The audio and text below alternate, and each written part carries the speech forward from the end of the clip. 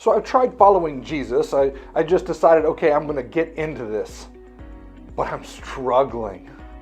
What's the deal? Why am I still struggling the way that I am? I started reading my Bible. I started attending church regularly. Maybe I joined a Sunday school class or a small group, and I'm showing up for worship. So what's going on? Why is it still so hard?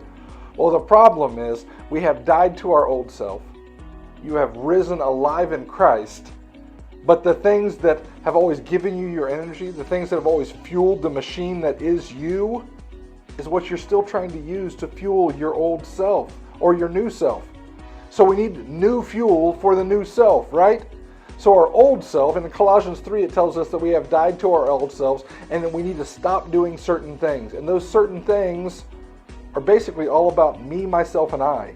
About my selfishness, my happiness, my joy, my good life, my finances, my. And what we need to start doing instead is start fueling ourselves with things that are of Jesus, with grace, with the fruit of the Spirit, love, joy, peace, patience, kindness, goodness, gentleness, and self-control. These are the things that we are supposed to start doing. Well, how do I fuel myself with those? That's a good question. You need to start doing those things. The fruit of the Spirit isn't something that just is something that maybe has grown inside. The fruit of the Spirit is like if you see a tree, you see the fruit that is growing on the outside, you know what's going on in the roots and in the trunk, right?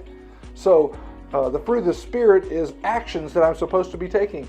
Who am I supposed to love, and how am I supposed to love them? Who am I supposed to be peaceful with? Love, joy, what brings me joy? Being around people brings me joy. Patience, who am I supposed to be patient with?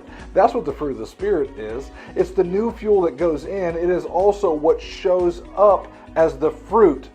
And as we start fueling ourselves with this new fuel for our new selves alive in Christ, and we stop fueling ourselves with all of the things that build me up and make me feel good, then following Jesus will be a whole bunch easier. I sure hope this video helped you out. If you are trying to check out churches, and if you live in North Carolina, especially in Greensboro, you come see me Sunday mornings at 10 o'clock at Catalyst Church, and I'll save you a seat.